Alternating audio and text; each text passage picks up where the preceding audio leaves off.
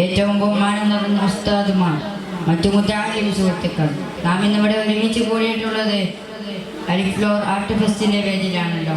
നാഥൻ ഈ വേദി തുണക്കാവും. ഞാനിന്നിവിടെ നിങ്ങളോട് പറയാൻ ഉദ്ദേശിക്കുന്നത് തിരുനബി സല്ലല്ലാഹു അലൈഹി വസല്ലമയുടെ സ്വഭാവ മഹിമയെ കുറിച്ചാണ്. ഖുർആൻ അവതരണം ആരംഭിച്ച റമദാൻ മാസത്തിൽ ആ ഗ്രന്ഥം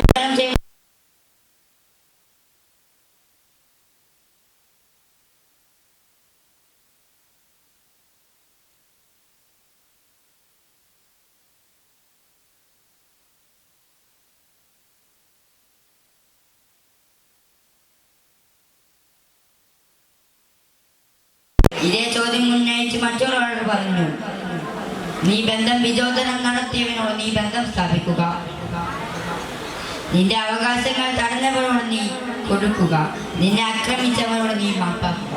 ഇതാണ് സൽസ്വഭാവം. വ്യക്തിത്വ വികസനം, കുടുംബം, സാമൂഹിക ജീവിതത്തിലെ സംതൃപ്തി, പഠനം, സാമ്പത്തിക രീതി രംഗങ്ങളിൽ ഇവയെല്ലാം പിഴച്ച പെരുമാറ്റ രീതിയാണ് ആശ്രയിച്ചിരിക്കുന്നത്.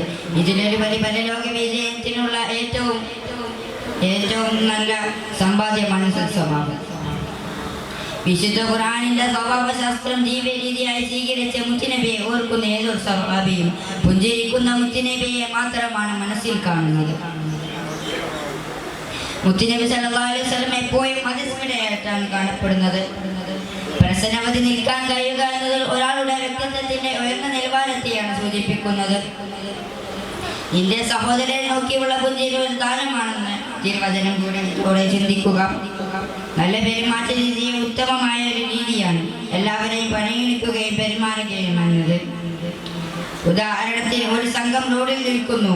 അതിൽ രണ്ടാളെ നമുക്ക് പരിചയമുണ്ട്. നാം അവരുടെ അടുത്താക്കുകയാണ് നീങ്ങുക. പരിചയക്കാരെ രണ്ടാൾ കൈ മാത്രം കൊടുക്കും, അവരോട് മാത്രം സംസാരിക്കും. കൂടെയുള്ള മൂന്ന് പേരും കൈ തരാൻ ഒരുങ്ങി നിൽക്കുന്നുണ്ടാക്കും. പക്ഷേ നാം അവരെ മൈൻഡ് ചെയ്തില്ല. എത്രമാത്രം സംസ്കാരമാണ് ഇവിടെ വിശുദ്ധമാണ്. മൂന്ന് പേരുള്ളപ്പോൾ മറ്റൊരാളെ മാറ്റി നിർത്തി സ്വകാര്യം പറയരുത്. മൂന്നാമൻ മനസ്സിലാക്കാത്ത ഭാഷയിൽ സംസാരിക്കുകയും ചെയ്യരുത്. കാരണം അത് അയാൾക്ക് മനപ്രയാസം ഉണ്ടാവും. മാത്രമല്ല, എന്നെ പറ്റിയാണ് അവർ പറയുന്നത് എന്നും തോന്നും. ഇങ്ങോട്ട് മോശമായി പെരുമാറുന്നവരോട് അങ്ങോട്ട് മനമായി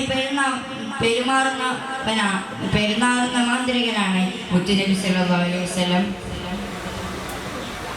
ഇത്രയും പറഞ്ഞുകൊണ്ട് എൻ്റെ വാക്ക് ഞാൻ ഉപസംഹരിക്കുന്നു.